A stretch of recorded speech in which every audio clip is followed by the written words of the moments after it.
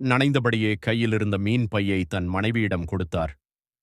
கணவன் கொடுத்த மீன் பையை வாங்கிக் கொண்டு அம்மா சமையலறைக்குள் நுழைந்தார். சமையலுக்கான ஏற்பாடுகள் விறுவிறுப்பாகத் தொடங்கின. முதலில் வெங்காயத்தை நறுக்கினார், வெள்ளைப்பூண்டை உரித்து வைத்தார், தக்காளியையும் நன்றாக அரைத்து எடுத்துக்கொண்டார்.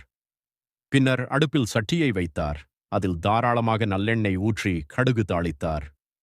நறுக்கிய வெங்காயத்தையும் உரித்த வெள்ளைப்பூண்டையும் போட்டு நன்றாக வதக்கினார். அதன் பிறகு அரைத்து வைத்த தக்காளி விழுதையும் காரசாரமான மீன் மசாலாவையும் சேர்த்து வதக்கி தண்ணீரை ஊற்றி கொதிக்க விட்டார். குழம்பு நன்றாக கொதித்து வரும்போது கழுவி வைத்திருந்த மீன் துண்டுகளை ஒவ்வொன்றாக மெதுவாகச் சேர்த்தார். இறுதியாக புளியை கரைத்து ஊற்றி மிதமான தீயில் கொதிக்க விட்டார்.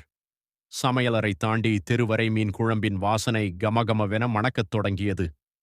மீன் குழம்பு தயாராகிக் கொண்டிருக்கும் போதே அம்மா தன் பிள்ளைகளை மெதுவாக எழுப்பினார். சீக்கிரம் எழுந்து குளிச்சிட்டு வாங்கப்பா என்று அன்போடு அனுப்பி வைத்தார். பிள்ளைகள் இருவரும் குளித்து முடித்துவிட்டு பசியோடு சமையல் அறை வந்தனர். எல்லோரையும் வரிசையாக உட்கார வைத்து தட்டுகளில் சுட சுட இட்லிகளை பரிமாறினார். அதன் மேல் குழம்பை ஊற்றினார். அனைவரும் சாப்பிடுங்கள், சூடாக இருக்கு.